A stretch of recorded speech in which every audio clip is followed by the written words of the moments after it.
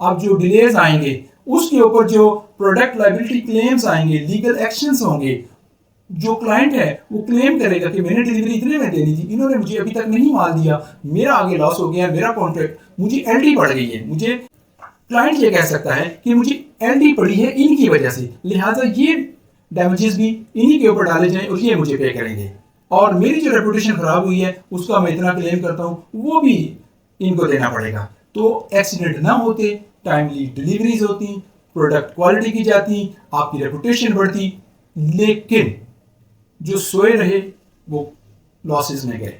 ٹھیک ہے جی.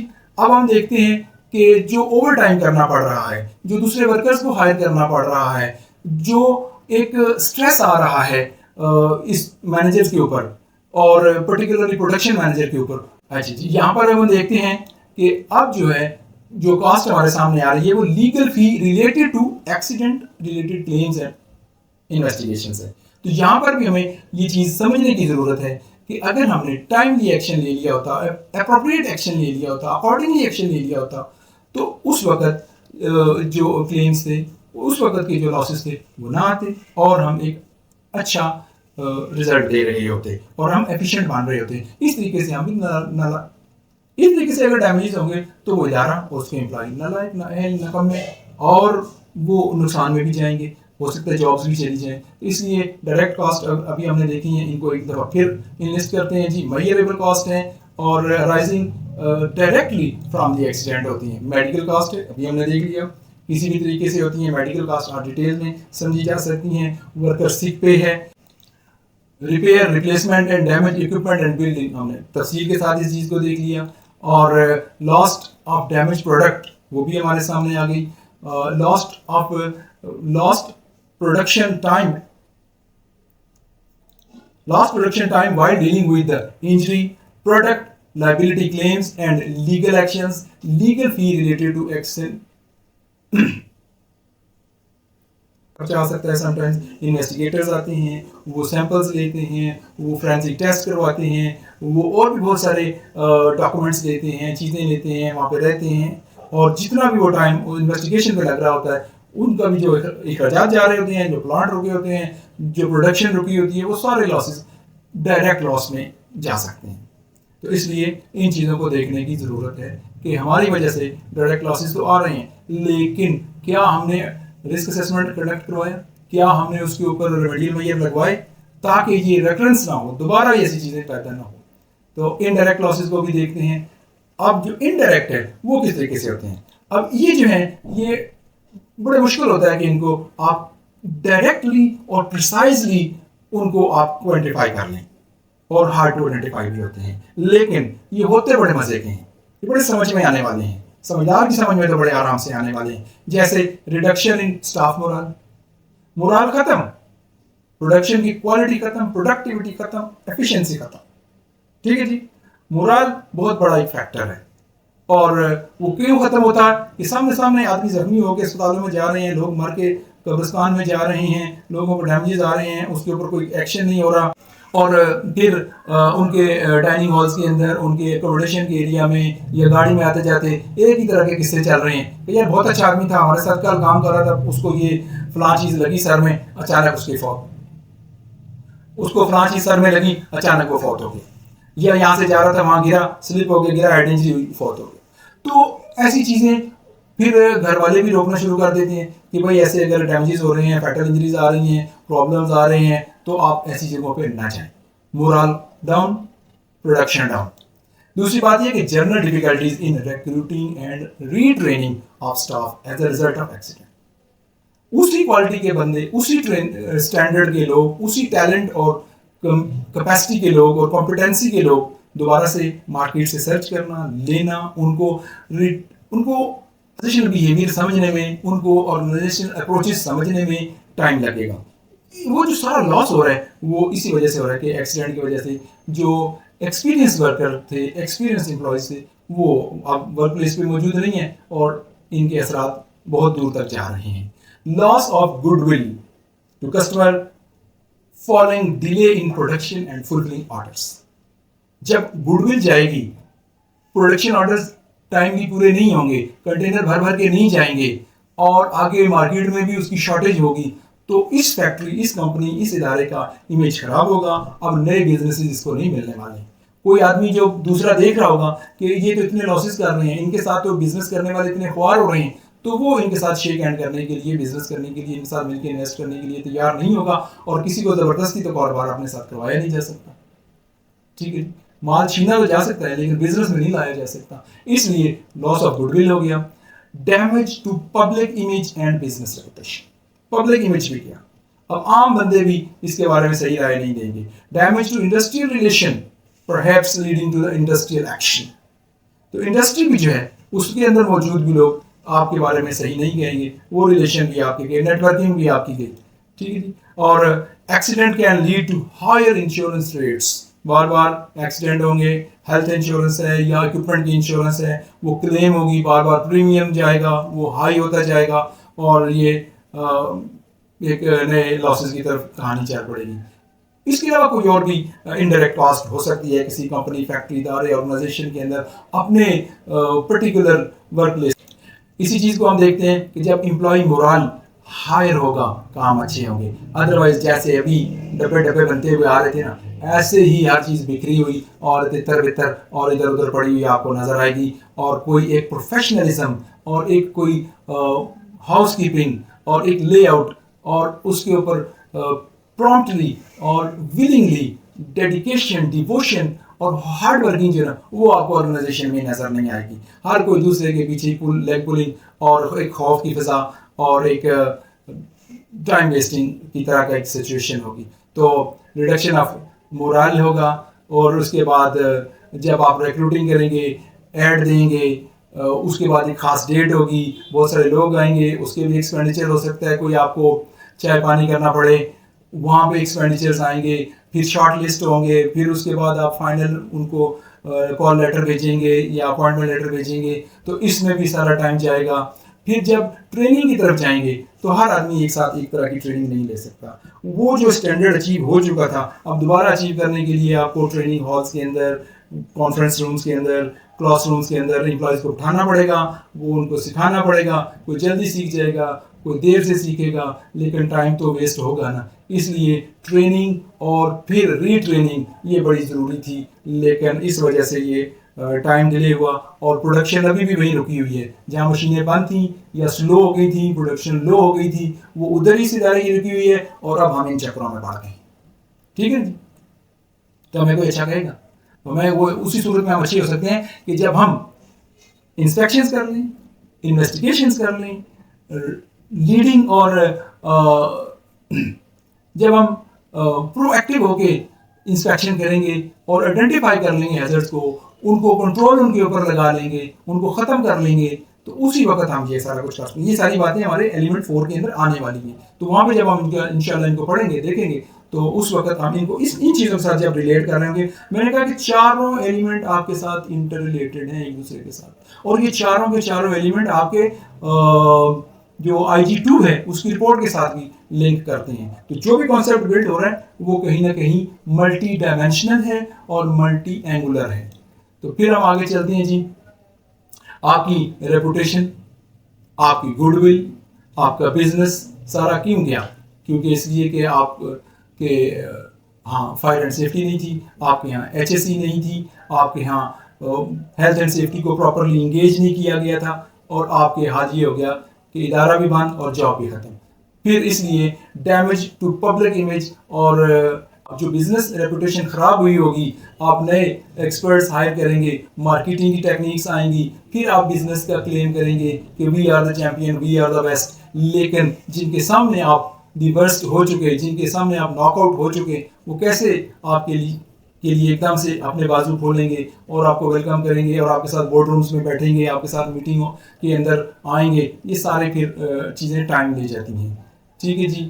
اس میں بڑا مشکل ہو جاتا ہے. اسی حوالے سے ہم دیکھتے ہیں کہ ڈیمیج ٹو انڈسٹری ریلیشن ہوں گے تو آپ کو بہت زور لگانا پڑے گا، بہت دور تک جانا پڑے گا. اور انشورنس کلیم کا بھی یہی ہوگا کہ وہ چیزیں بڑھتی جائیں گی اور آگے چلتی جائیں گی اور آپ ان لاسز کو نہیں دے پائیں گے. قرضے کے اوپر قرضہ، قرضے کی قسطیں نہیں دے جیسے ہوتا ہے کچھ ملکوں میں. ٹھیک ہے جی. اسی طرح سے اداروں کے اندر بھی ہوتا ہے کہ آپ کسی اور چکر میں پڑ جائیں گے اور آپ جس مقصد کے لیے ادارہ بنایا تھا، کس بھی مقصد کے لیے